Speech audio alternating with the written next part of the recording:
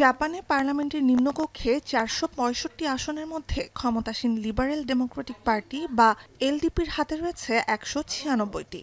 সরকার গঠনে ন্যূনতম ২৩৩টি আসন দরকার, আর তাই জোট সরকার গঠনের পথেই হাঁটতে হচ্ছে রক্ষণশীল এলডিপিকে।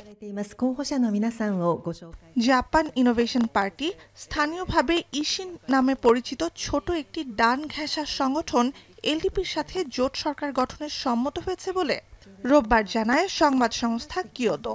সোমবার জোট চূড়ান্ত করে চুক্তি সই করবেন এলডিপি প্রধান সানায়ে তাকাইচি ও ইশিন প্রধান হিরোফুমি ইয়োশিমুরা। এলডিপি ইশিন জোট বাঁধলে পার্লামেন্টে দল দুটির যৌথ আসন সংখ্যা দাঁড়াবে ২৩১-এ।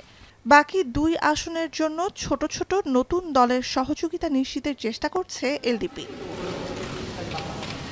এলডিপি ইশিন জোট গঠনের ফলে স্বাধীনতার ৭ দশকের বেশি সময়ে প্রথমবার নারী প্রধানমন্ত্রীর সম্ভাবনা দেখছে জাপান।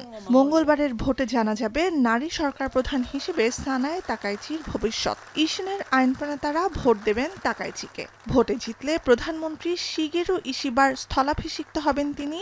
চলতি মাসের শুরুতে জাপানে দীর্ঘদিন ধরে ক্ষমতায় থাকা এলডিপির প্রেসিডেন্ট নির্বাচিত হন তাকাইচি। কর ছাড় ও জাতীয় বাজেটে ব্যয় বৃদ্ধির পক্ষে অবস্থান ৬৪ বছর বয়সী এই নেত্রীর।このところはまだ完全には折り合わない点が残っているかもしれないというような話だったんですけど、昨日のこのニュースで今度はএদিকে তাকাইচিকে পূর্ণ সমর্থন দিলেও তার দল এলডিপির সাবেক মিত্রদের মতো মন্ত্রিসভায় জায়গা পাবে না ইশিন। দলটিকে জোটে ফেরাতে বিভিন্ন প্রতিষ্ঠান ও সংগঠনের অনুদান নিষিদ্ধ করা এবং জাপানের খাদ্যপণ্যের ওপর বিক্রয় কর শিথিলে কাজ চালিয়ে যাওয়ার প্রস্তাব দিয়েছে এলডিপি। ২ বছর ধরে খাদ্যপণ্যে কর অব্যাহতির দাবি জানিয়ে আসছে ইশিন। নুসহাত কামাল, এখন বিশ্ব।